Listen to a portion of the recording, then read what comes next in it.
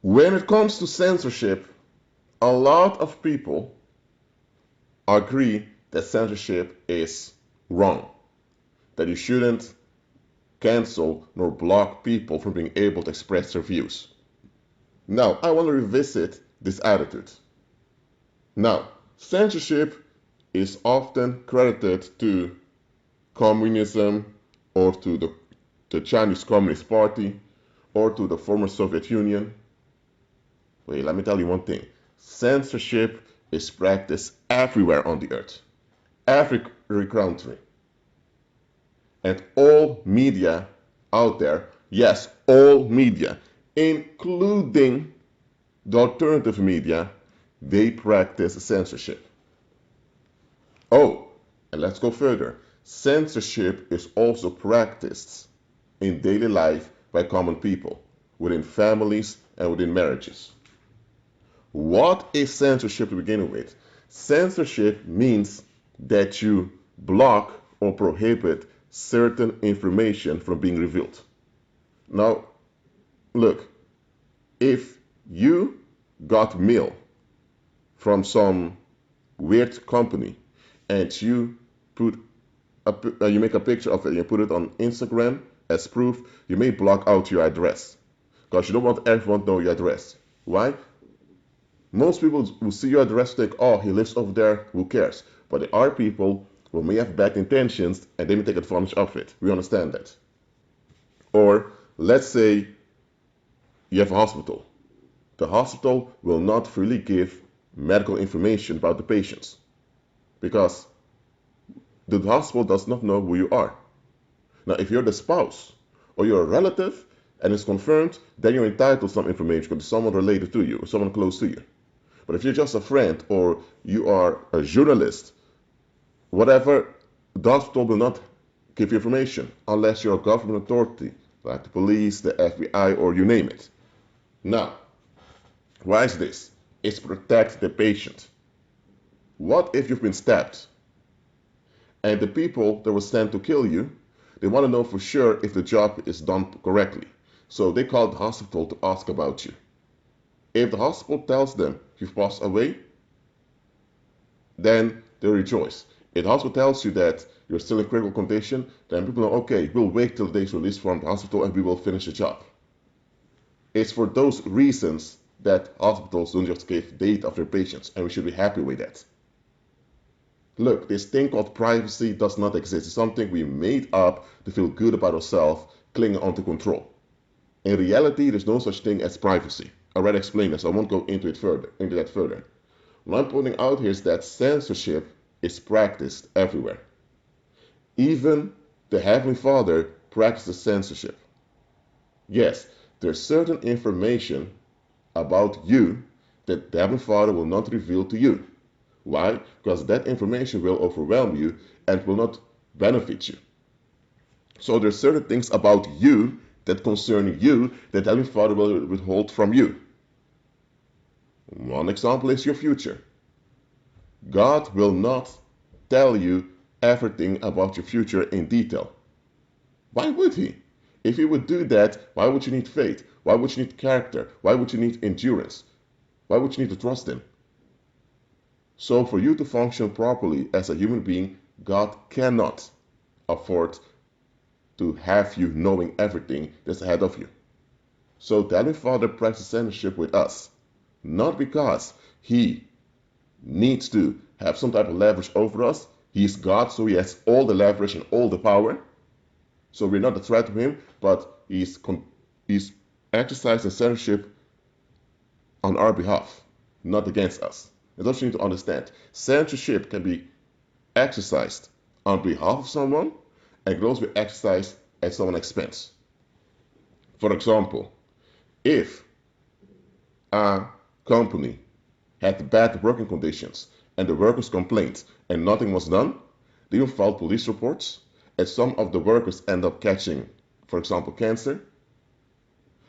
This is news. Let's say journalists bring this out, but suddenly the media corporations say, no, we're not going to talk about this. It's too sensitive. Now, in this case, there's censorship. It's censorship at the expense of the workers and their families who are suffering. It's also censorship at the expense of the community itself, because nobody knows now why so many people catch cancer, and people now don't realize how unreliable certain corporations are. In this case, censorship is on the behalf of the corporations that have an investment in that company that is corrupt. So censorship is often exercised on someone's behalf and also at the same time at the expense of someone else. Now, when the Heavenly Father conducts censorship, it's at nobody's expense. When human beings enact censorship, 9 out of 10 times it's at the expense of someone else to preserve something we crave. But does that mean that all human censorship is evil? Now, several years ago, well, actually, it's quite a long time ago, I saw some newspapers from Curacao, my home island where I'm born. And one thing I've noticed about those newspapers was back then is that they did not practice the psychological sanity that newspapers worldwide did. For example, if a woman had a car accident and her body was completely torn to pieces, they would make a picture of the body torn to pieces and put it in the newspaper, sometimes on the front page. And what does this do to you when you see this? It overwhelms you, it shocks you, it traumatizes you. Imagine on a daily basis, you see all those raw images of tragedies. What will that do to you? It will desensitize you to tragedy. And because of that, you become more tolerant of bad things happening around you. So it has a negative effect on you. So that's why in most countries there are laws on what you are allowed to show in the media and what you're not allowed to show. By now, I believe Curacao changed their policy, thank God. And that's why in media, or I mean in mainstream media like television, they also don't show you everything. For example, if there is an orphanage where you have children laying in their feces and in their urine because nobody takes care of them, if they show you that, I'm sorry, but it's going to have a bad effect on you. So they may tell you that there's an orphanage where there was abuse going on, and they may talk to some police officer, and that's it. Because the images of the children laying down in feces, all of that, it may trigger some bad memories of some people, and those people may lose it, and then the community has to deal with it. And it brings me to the following. Governments and mainstream media, they conduct censorship because 9 out of 10 times the public does not want to take responsibility for their communities. For example, let's say that there's a lot of child abuse going on in an area. Whose responsibility is it to do something about it? The community where it happens. Because the perpetrators are part of the community and the children are an extension of the community. So it's the community's responsibility and accountability to make sure their communities are sane and safe. But what if people in that community don't want to deal with it? They just want to look away and be left alone. That means they are cowards, and it means they are enablers of the abusers. That means they're in on the child abuse. Now, let's say now that 20 years ago, some guy was severely abused and he ended up going missing. Now, this happened 20 years ago. You are 19 now. You're in college and you have a good view of your parents. You're on good terms with your parents. You know your parents have their dysfunctions, but hey, you see them in a positive light. And because you see them in a positive light, your relationship with your parents is a good one. Let's say now, in mainstream media, things come out about a cold case of a guy that went missing, and they revealed that a body was found um, right after the guy went missing. And then they revealed who the victim was. And then in the documentary on TV, you see, hold on a minute. Isn't it Dad when Dad was younger? Yes, that guy that went missing was a classmate of your father in high school. So you don't think, huh? And then you see more pictures of him hanging out with your dad in a documentary, and you think, what? Dad never told me about this guy. But then you also find out that when the guy went missing, nobody actually made effort to look for him. And when his body was found almost a year later, people acted surprised. But even the investigators who investigate the cold case say that the reaction of the public was off, and they found out that there were people complaining behind the scenes about this guy before he went missing. And you figure out that your father knows more. Then you talk to your father about documentary, and your father denies everything. You think, what? There is proof on national TV that you knew him that. You tell me you didn't know him, and your father keeps denying. Your father says, leave it alone. From that point on, your relationship with your father and your mother changes. And this encounter shocked you. So you begin to reflect on your parents. Now you begin to realize, hold on a minute. I've been overlooking a lot of weird things about my parents. And what happens now? Your close relationship with your parents is gone. Because before, you saw them how they wanted you to see them. Now you're seeing them for what they really are. Long story short, you find out that your father, together with other classmates, they were envious and bitter towards the victim, and they invited him to a party, knowing full well there were people there at the party who couldn't stand him. Why? Because they hoped something bad would go down with him. And something bad went down with him. So now you realize that your father is actually a hater, that when he feels threatened, he just puts someone else in the negative daylight to get relief. And now you realize that your mom knew all about it, and your mom kept quiet. And then you figure out your mom also had some ex-boyfriends that she never mentioned to dad. So now that all this comes out, you can never go back to before this documentary came out. So, in this case, because no censorship was conducted, it led to consequences in the community, and the consequences were not pleasant. Now, in the parable I just gave to you, it was a best case scenario in which the son decided, you know what, I'm going to keep my parents at distance. There are cases where grown children confront their parents and the parents lose on them physically. Now there's domestic violence. Or it can be that someone finds out something about his wife or her husband, and they confront the spouse, and the spouse ends up killing the other or abusing the children. Truth being told, a lot of people out there are toxic. They do not want to face anything in life. They just want this fairy tale of ease.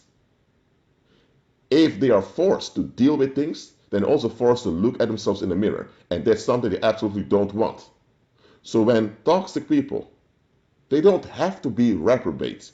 That means narcissists, psychopaths, sociopaths. When people are just toxic, they do not want to deal with self-reflection, and they don't want to deal with being responsible for other people around them. They don't want to admit that it's on them to contribute to a good climate around them. They don't want responsibility. They just want to reap the benefits, but they don't want to contribute nor participate.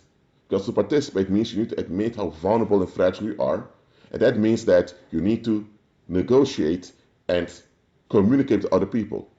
That means they have to give up this narcissistic attitude of always wanting the upper hand over other people. And that's something they don't want to give up. They're terrified of that. So, when toxic people are forced to face themselves, they lose it. They lose it. When they lose it, it will cause harm in the community. Some of them fall apart mentally and they begin to suicide jump cars. They begin to scream around in the streets, or when they're in the supermarket, they destroy everything in the supermarket. Or if they're in a car, they will cause car accidents because they're just going crazy. Or if they have children at home, they may take it out on the children. And now you have domestic violence. And now you have traumatized children that will grow up with issues. Some people are just not only toxic, but they're just, how do I say, reprobate. They end up molesting children to feel powerful because they feel like the power is taken away from them. So a lot of people, or you can say the majority of folks out there, they cannot handle reality. They don't want to handle reality. Now there are people out there who do admit that as part of a community, it's on you to contribute to a better climate. But everyone has to contribute. You can't have 5 people contributing and the other 600, for example, just want to escape all the time. But here's the thing: you can't change grown folks. You can't. When someone made up their mind they just want to escape, you can't do anything about that. Now you can put restrictions on them and repercussions to prevent them from escalating, and that's effective. And you can force them to comply externally, but you can't change what they are on the inside. And what they are on the inside will always come out. So, what the governments and mainstream media do, they provide this fairy tale of ease. By providing this fairy tale of ease, the toxic people, as well as the reprobates, are kept calm.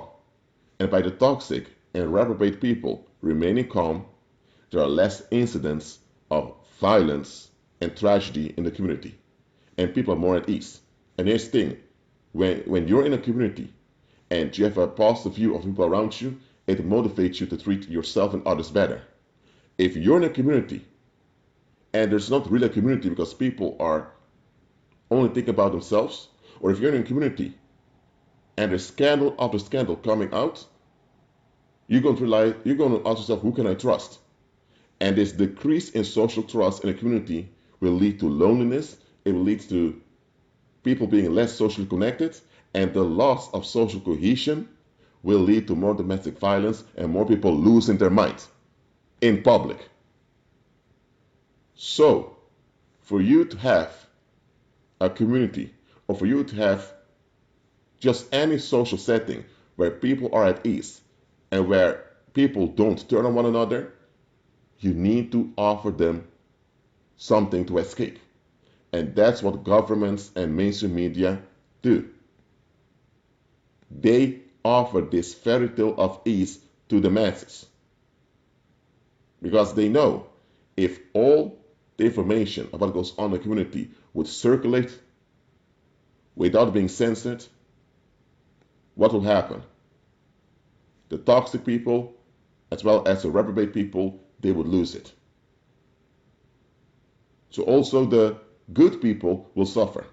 Even some of the good people may break down because they can't handle how shocking or how shockingly ridiculous the world is.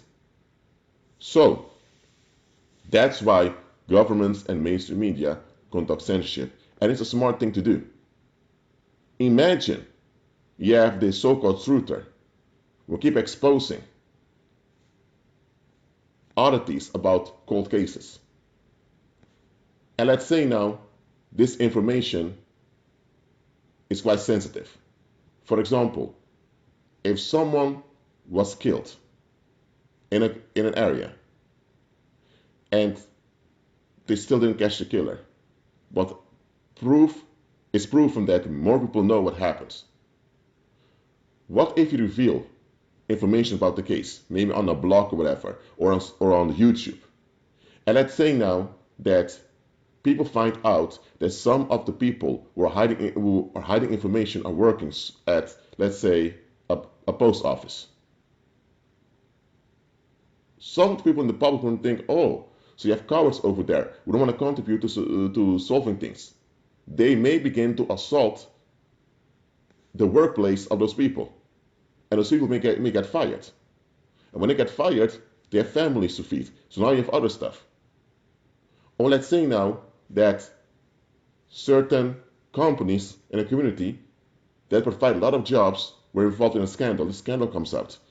The scandal may lead to those companies losing their reputation, and with the companies losing reputation, they will lose clients and customers, and because of that, they likely go bankrupt, so you have mass unemployment now. And now you have mass unemployment, you have an increase in criminality, you have an increase in homelessness. So, in this case, what will happen is that the government will send secret agents to sabotage this truther. Why? Because the community is not ready or not willing to deal with reality. And if you keep on revealing reality, the reality they don't want to deal with, it's going to have a bad impact. And if you reveal the scandals and the neglect of a community, even if the neglect happened a few decades ago, it will affect the people living today.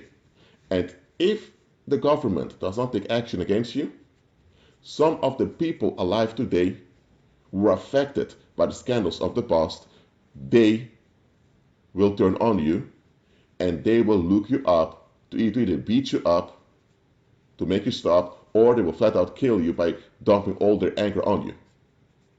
That is how it goes. So that is why Christ told us to be wise as a serpent and innocent as a dove. Now, everything will come to the light anyway, one way or the other. Just realize that often human communities do not want to deal with their own dysfunction nor defects. They want a fairy tale of ease. That is why society only promotes people that contribute to this fairy tale of ease. Check any celebrity, check any public figure, check any politician, check anyone who is a success story in any society. And they promote hard work, so they never admit that they were privileged somewhere to get there. Or if they use some paranormal charm, they won't credit the evil spirits that assisted them because that will reveal the secret. Or if they're a believer who walked in resurrection power, they won't even be promoted by society. Because society doesn't want the resurrection power of Christ. Because society wants to escape. Any public figure out there who is a success story, they are all in on the fairy tale of ease. For example, let's say you have a native population somewhere. Let's say you have, I'm just going to give you an example. Let's say in India, you have a native population that's quite dark skinned. They're even darker than many people from Africa. And this native population are from India, they're Indian. But the thing is, these people look down upon throughout India. In mainstream media in India, you often see those light-skinned Indians. Some of them even are close to pale. Now, this will be obvious at some point that there's some color obsession going on in India. So what will happen is, once in a while, they will put someone as a success story that comes from this ethnicity in India that's quite dark-skinned. But the individual from that group that society will promote, any society will promote, will either be married to someone that's light-skinned, or they may be defective somewhere. Why? Because in Indian society, this color obsession is what keeps people at ease. This color obsession is part of the fairy tale of ease that keeps Indians at ease. So for them to break with this color obsession, it means that they will endanger their own communities in the long run, because most of the people don't want to deal with reality. So from time to time, to prevent the scandal from being obvious, they will promote someone who's quite dark-skinned, but there will always be some defective context to it. And it goes on everywhere in the world. Maybe you're in the Philippines and there's this attitude against Chinese people. This stems from the colonial era. Now, in Philippine society, you may see sometimes Chinese people who became native to the Philippines because for generations they've been born there in the Philippines, not in China. Those Chinese people, they're ethnic Chinese, but even feel Filipino. From time to time, you may see them being promoted in Filipino society. But the type of Chinese people the Filipino society will endorse are the type that will contribute to the stereotypes that Filipino society has towards the Filipinos of Chinese ancestry. Why? Because this xenophobia that goes on in the Philippines is part of the fairy tale of ease that keeps people motivated. You destroy this fairy tale of ease, you have to deal with a lot of trouble. So those are just examples I've used. And by the way, I did some research about the Philippines, and there has been xenophobia in the Philippines since the colonial era. I'm not sure if today it's still going on. Likely it is. Just to point this out to you that worldwide censorship is enacted to prevent the masses from retaliating against reality. So, is censorship always wrong? No, it's not. There are times to do what's best, you need to hide certain things. But then there are also times you need to expose things, especially when it's danger that needs to be addressed. So that is why I don't, I don't, I do not at all endorse everyone who's exposing things. Some things you don't expose. Why? If you expose something, but you don't have a solution on how people can deal with the dysfunctions you're exposing, then what are you doing? You're only adding oil to the fire. You've become part of the problem. Yes, the masses are part of the problem because they keep denying reality. They keep denying their dysfunction and effects. They're wrong. Absolutely.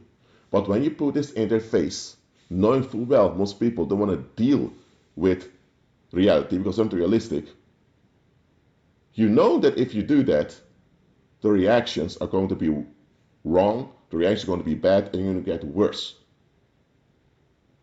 So if you do expose something, be ready for the violent and sometimes even homicidal backlash of the masses. That's why a lot of people who expose things that go on, they do it anonymously, which is a smart thing to do. But if you do expose something, even as an anonymous individual, well, nobody's anonymous, but you know what I mean. Even if you do it as an anonymous character, always come with a potential solution of what people can do about it. Because if you expose things, but you don't come up with any potential solution, you just want attention or you just want to dump. And that's how people are going to perceive it. And look at this. Some people got themselves in trouble. Some people even got themselves killed by doing this. When you expose things, but you're not participating in any solution in relationship to the thing you're exposing, people are going to see you as a troublemaker. And to some extent, they're right. You are causing trouble.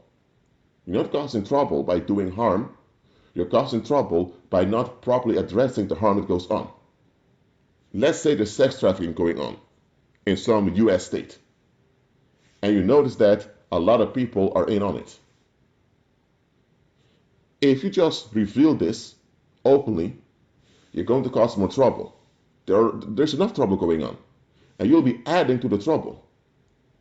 But if you expose things at the same time, you come with suggestions on how things can be better, then you're not adding oil to the fire. You're not contributing to trouble because you are addressing something that needs to be addressed, and you address them in a proper way by offering a potential solution.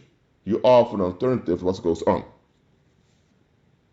So being critical about something without a positive alternative, that is contributing to trouble. And one thing about people in the world, they can't stand people who bring more trouble. They don't. Even if what you're saying is true, even if you're right, they can't stand it when more trouble comes. Remember, worldlings by default don't want to deal with reality anyway. Worldlings by default just want to escape. So you just coming with facts and with proof that will cause people to be uncomfortable, they're going to see you as a bad guy. Look, you're not the bad guy. But it doesn't change the fact you're contributing to trouble because you don't approach it the proper way. And there are a lot of people out there, even though they're not bad guys, they ended up being set up and they ended up being killed. Even because they didn't deal with things in a wise way. That's why on this YouTube channel and on any other platform I'm using, anytime I address something controversial, I address it in a Christ-centered way and I hint or even offer potential solutions. Because if I would just reveal things that are shocking, people would report my channel on a regular basis, and YouTube made a decision, what, we're going to terminate this channel because this channel is triggering a lot of people to lose their mind, so we can't have that. But if I offer solutions and I expand on the solutions I'm offering like I'm doing on this channel, then nobody can come with a legitimate complaint against what I'm doing. And that is one of the reasons why this YouTube channel is still on. Because if I was not constructive, if I was not considerate, if I was not smart in how I approach things, then this channel would have been taken out years ago. Or this channel would have still been around, but I would have been dead a long time ago. Simple as that. Christ said, do not cast your pearls before swine. Why? Because the swine will turn around and devour you. Christ is not just talking about investing in people who don't appreciate you. Christ is actually saying that you have to approach things in a proper constructive attitude. When you don't approach things in a proper constructive attitude, you put yourself and others in danger. So do not cast your pearls before swine. Do not do it. Keep walking by faith and agree with Christ, and I'll see you next time.